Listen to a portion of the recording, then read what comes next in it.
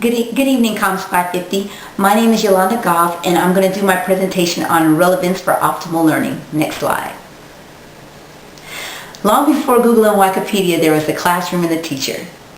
This is where most students obtained and completed all of their educational needs. The difference between now and then is that now educators have to compete with technology. You have television, you have internet, the YouTube channels, you have a myriad of information right at the tip of people's fingertips with technology. Any questions they need to know how to do? My husband is a great example of the YouTube channel. Anything that he needs to know how to fix, he's definitely pulling it up on YouTube. So now the growing challenge for educators is how to keep students motivated and engaged while teaching subjects that the student may or may not feel as if it pertains to their future goals. Next slide. Students want to know how content is related to them and why even bother learning the subject matter. By definition, relevance is having a significant and demonstrable bearing on the matter at hand. Our textbook also teaches us that relevance is a perception. Another educator said, relevance is the perception that something is interesting and worth knowing. Now we're going to talk a little bit later on in this presentation about the trickiness of perception and how it relates to relevance. Next slide. Educators must find ways to make their content relevant to keep students motivated and engaged in class. Motivation plus engagement equals effective learning. Next slide. Research has shown that for students to be optimally motivated to learn, they must see schooling and education personally relevant. Imagine the dismay of a history major taking 2 years of math, or the math major who is in English class or in COMS550 class and now has to write a 10-page essay. Students must believe that he or she has the ability to perform the task successfully for a positive outcome. Before we leave this slide, motivation is something that energizes, directs, and sustains behavior, and it's what gets students motivated and moving. Engagement. The more students are motivated, the more engaged they will be. So motivation and engagement work hand in hand. Let's talk about that math major again. I'm sure there is no issues with that math major attending his math class. Why? Because it's something that he's comfortable with. It's something that he already knows. He might not know everything that the teacher is going to present in class, but because he has an earned interest in this class, pretty much everything that everything that the teacher talks about is going to be relevant for that student. And he's going to be engaged and he's going to be motivated to participate.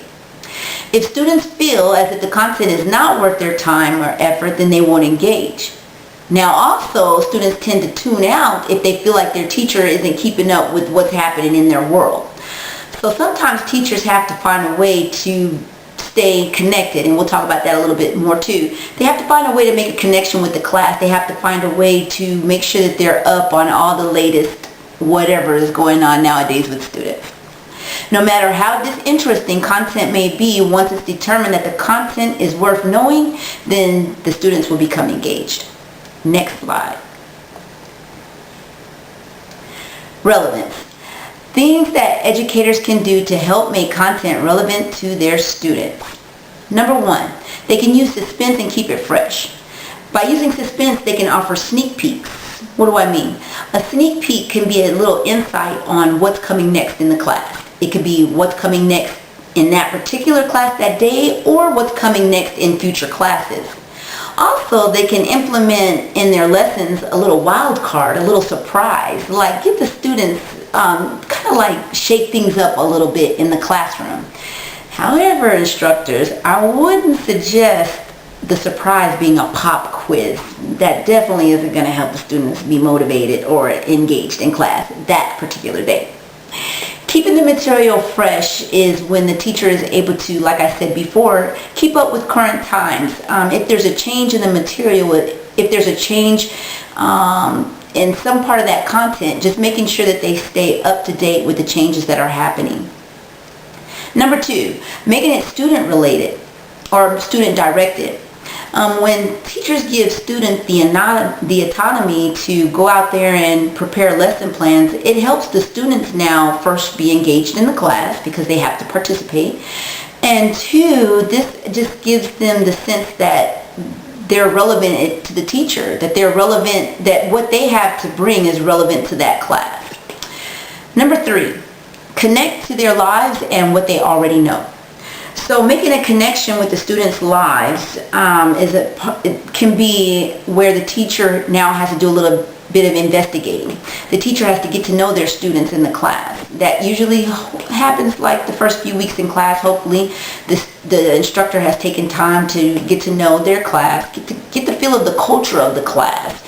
Is it a younger class? Are they into pop culture?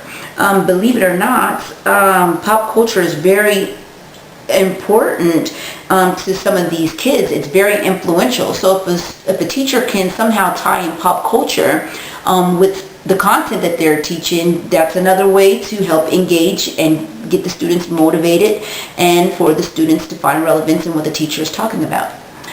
Point number 4, provide utility value. Now, utility value is where the teacher is now making the content relevant to the student's future, their future goals, how they're going to use this material later on in life. Let's take, for an example, an X-ray student. The X-ray student may question why they have to take a physics class when nowadays physics is already implemented in the technology of the X-ray machines. So when this happens now, teachers have to kind of find a different approach into making the lesson relevant to the student. Maybe you can learn what I'm teaching in this physics class because maybe you can be more than just an X-ray technologist. You could be an X-ray physicist. You can be an engineer of X-ray equipment. So again, the student is at this point trying to figure out how this content is ever going to be related to their future, and the teacher being able to relate how it's possible that this content could be related to their future or their future goals. And point number 5, building relatedness. Now, relatedness kind of happens in twofold here. There's the non-academic relatedness, where the students feel close to the teacher. They are trying to make some type of a connection with the teacher. And there's also the academic relatedness. This is the teacher's ability to correlate the subject to what the student already knows. So all of these points are ways that teachers are able to make the class relevant for the student. Next slide. Relevance. Now let's talk about the issues with relevance. The issue with relevance is that it's a perception. Okay? So what do you mean by perception? A perception meaning that it becomes a two-way street, basically. The teacher is feeling like their content is relevant. It's important to the teacher. It's important for the teacher to get this information out to their students.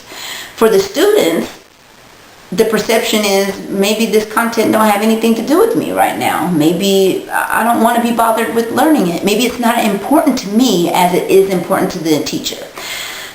A second issue with relevance is that, or with perception and relevance, is that instructors may attempt to force relevance into the topic by adding anything that draws attention to their subject. So sometimes animation, too much of animation, too much humor, too much edutainment, which I'll talk about here just a little bit. Maybe they're putting it too much into the class, so now the student feels like the teacher's doing the most, as what they say nowadays. And the third issue with relevance is student goals may change over time. So today the student might feel like math is relevant and I'm going to be an accountant. Tomorrow they might wake up and decide that accounting is not for them and that they want to be a professional athlete. Next slide. So in my conclusion, relevance. When a teacher makes content relevant, then students are motivated. When students are motivated, then students are engaged. When teachers make content relevant and students are motivated and engaged, then learning becomes great, effective, and optimal. In a Christian perspective, it can be very hard to make content relevant, since relevant is a perception. What's important to me, again, might not be important to a person that I'm bringing a message to. So even leaders in the church have to find ways to try to reach as many people as they can, and sometimes they have to try to make the content relevant to the everyday lives of the people that they're teaching or that they're instructing. For me personally, in my paper I talked about how after I read the chapter on relevance, I started applying it to every aspect of my life, my values, my marriage, even God. So like, just to give a quick example, like in my paper I talked about how when I come home from work, the bed's made. My husband goes in and he makes the bed the way he thought the bed should be made. But being the fact that we are both come from strict military backgrounds, strict family upbringings, that it was not properly made. But the bed was made, so that was the truth of the whole matter. The bed was made, it just wasn't made to my standards or how I felt about it. So that became relevant to me, but maybe not so relevant to my husband. Well, anyways, COMS, I hope you enjoyed my presentation, and the takeaway could be find something that's relevant for you. Just take a moment to reflect on it. Take a moment to reflect on the perception of relevance. Thank you and good night.